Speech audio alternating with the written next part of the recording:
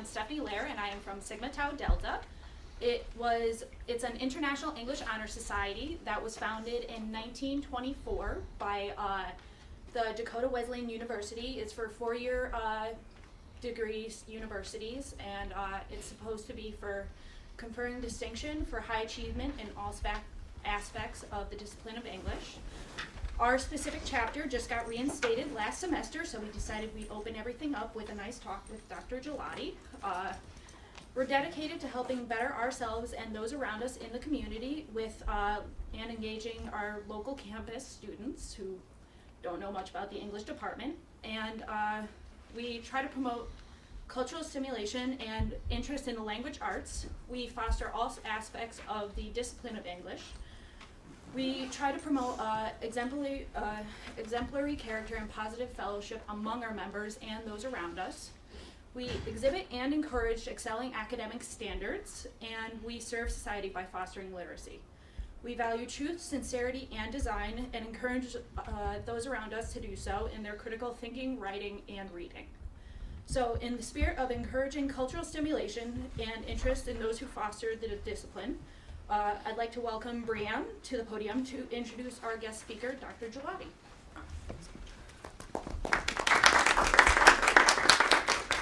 Right. Good afternoon. Thank you all for coming out. My name is Brianne Roach. I'm a senior here at Central. I'm currently a member of the Sigma Tau Delta English National Honor Society. It is my pleasure to introduce Dr. Jill Gigliotti, professor here at CCSU. He's been with us at CCSU since 1992. He was also the chairman of the English department from 2003 to 2010. Dr. Gigliotti has had several works published, including books, scholarly articles, and a ton more. Dr. Gigliotti is known for his radio show, Frank Gill and Friends, that airs on 107.7 since 1993. His list of awards and accomplishments is too long for me to name here. So without further ado, I'd like to introduce our speaker for today, Dr. Jill Gigliotti. Thank you, Brianne. Thank you, Stephanie, and thank you to all for coming, and to Sigma Tau Delta for sponsoring me. This could be the most self-indulgent talk possible. And for those of you who've known me for a long time, that's pretty impressive to say for me, because I can be self-indulgent on so many different levels at the same time. So what I thought, what I was asked to do was kind of talk about my journey to coming here to CCSU as the early Americanist and Greek and Roman lit guy, it kind of brought me back a long way, because on the one hand, the title of the talk, I think, on the posters mentions Xavier University, but I have to go back farther than that, because I only ended up at Xavier for a particular reason. So we're going to go back, and you always have to worry when a talk starts. I was born on the 7th of November, 1961. And I say this in Allentown, Pennsylvania, and I say this because I didn't walk or talk until I was 3 years old. And and I haven't stopped since. But there was nothing wrong. I was indulged by my mother. Indeed, when I was like 2.5, my mother brought me to the doctor saying, "What's wrong?" And the doctor asked her, "Well, do you understand what he wants all the time?" And she says, "Yes." "Can he get around?" "Yeah, yes." "Then there's nothing wrong." So, because indeed I would scoot on my behind. I didn't crawl, I scooted on my behind. And I didn't say anything but Ma and Pa, until we moved to Cincinnati, Ohio when I was 3, and Cincinnati became my first official word. All right. I started, I swear I'm going to move quickly. I started kindergarten when I was 4 years old. I born in November, right? It's one of those, do you keep them for another year? And I'd been talking since 3, and so my mother said, no, he's starting when he's 4. And going on, so there we go. All right. I was a good student. I was a fine student. I was an excellent student in kindergarten through 6th grade. And there was a school across the river from Cincinnati, Ohio, in Covington, Kentucky, called the Covington Latin School, which accepted students after 6th grade into a 4-year high school program. And that's what I did. So I started the Covington Latin School, started high school in fall of 1973 when I was 11. And I graduated when I was 15, 4 years later. And I was a good student. I wasn't the smartest kid in the class. I wasn't the smartest kid in the carpool. But I was a pretty good student and was accepted at Xavier University in their honors program, which was a classical liberal arts program. 4 years of Latin, 3.5 years of Greek, 21 hours of philosophy, 4 years of theology. And so it was the kind of thing that I wanted to do because I was going to law school. And I was going to law school because from time immemorial, I don't know when I figured out I wanted to go to law school, but I was going to law school. I knew that. I knew when I was watching Owen Marshall, Counselor at Law, that I was going to law school, okay? Now, none of my immediate family members, aunts, uncles, cousins, none of them were lawyers, right? My father wasn't a lawyer. My father worked for the Environmental Protection Agency in Cincinnati, and my mother was a stay-at-home mom until she started cooking meals at the local elementary school.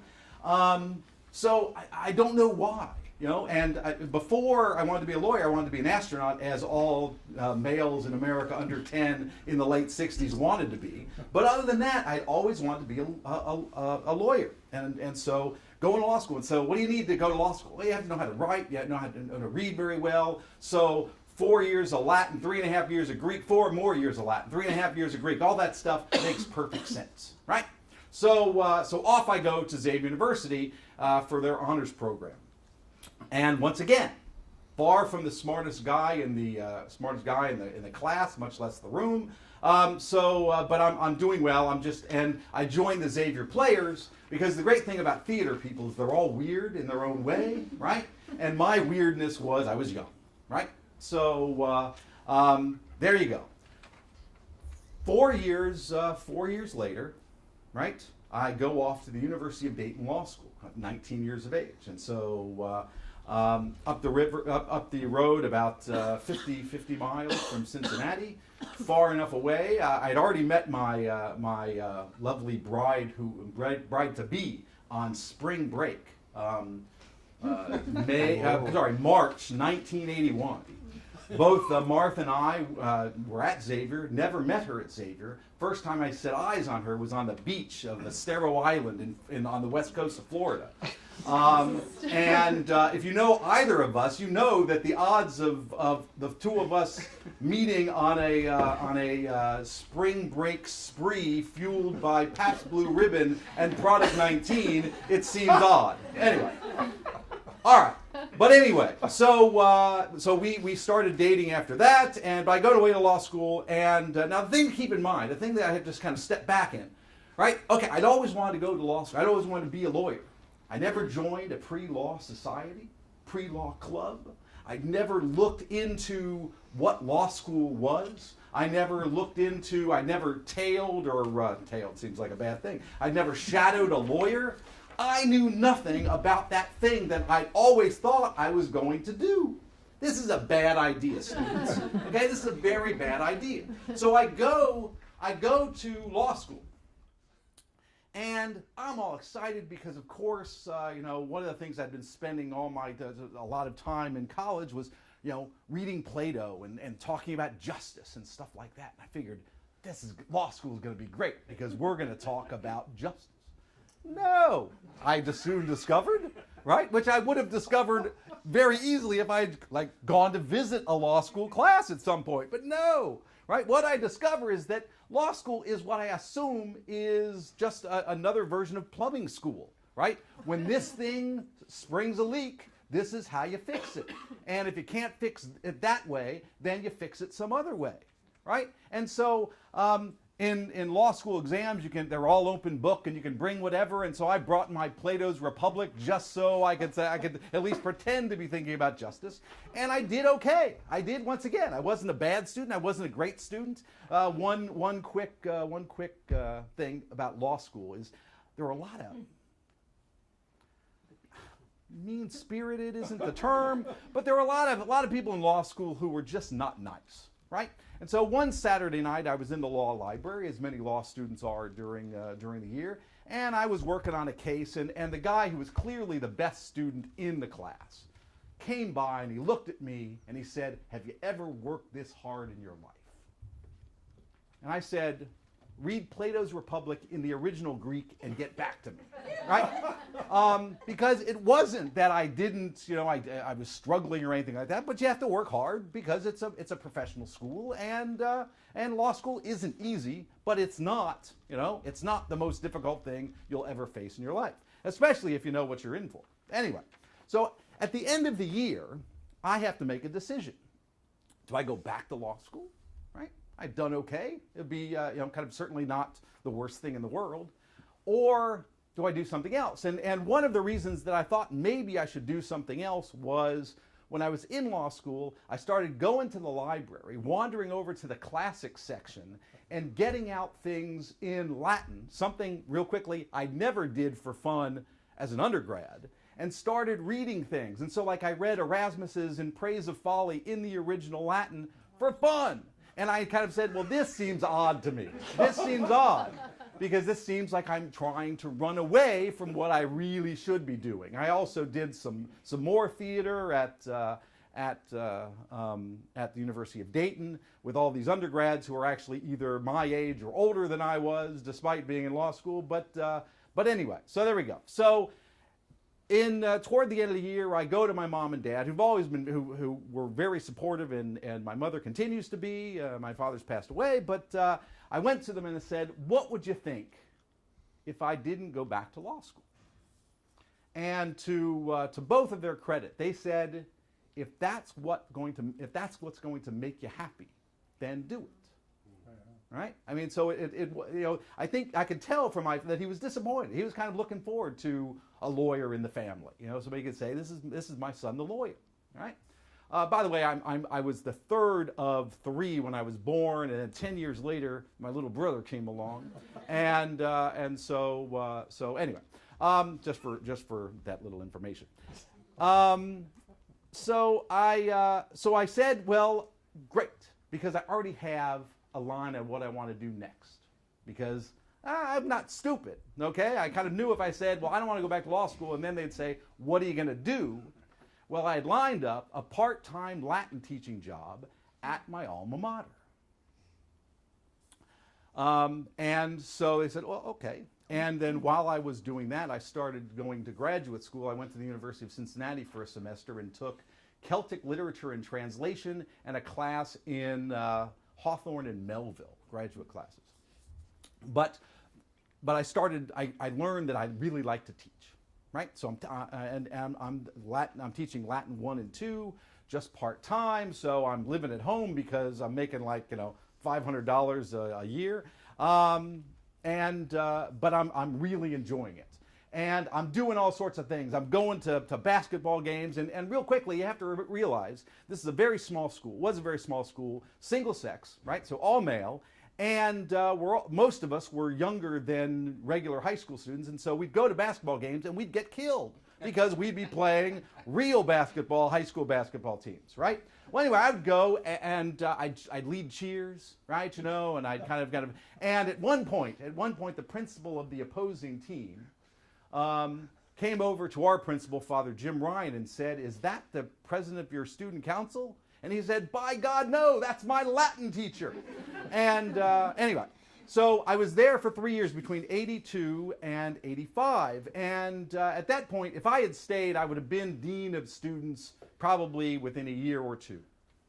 But I knew that if I didn't go on to graduate school, kind of go for a PhD, I never would. And so during that time, I was also getting a master's degree at Xavier University. I went back to Xavier for a master's degree. It's actually in humanities, kind of a special program they had, but I knew I wanted to do something. I knew a number of people who had gone to the Catholic University of America in DC in a number of fields, and I liked them all, and I said, well, this seems like a place to look into.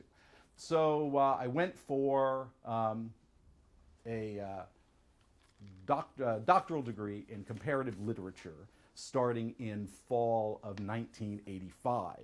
And I tied it, my leaving of the Covington Latin School as a teacher, to, if you remember, Big Boy, right?